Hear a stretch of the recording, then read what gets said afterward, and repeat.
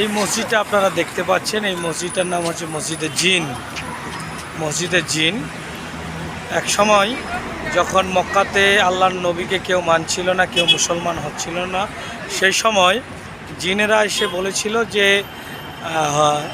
আল্লাহর নবী আমাদেরকে আপনি মুসলমান বানিয়ে নিন।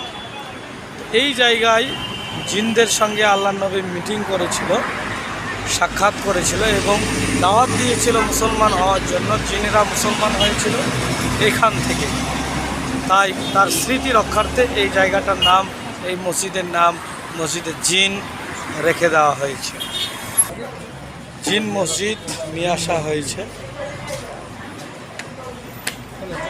ভাই, এই মসজিদের নাম কি? মসজিদে জিন।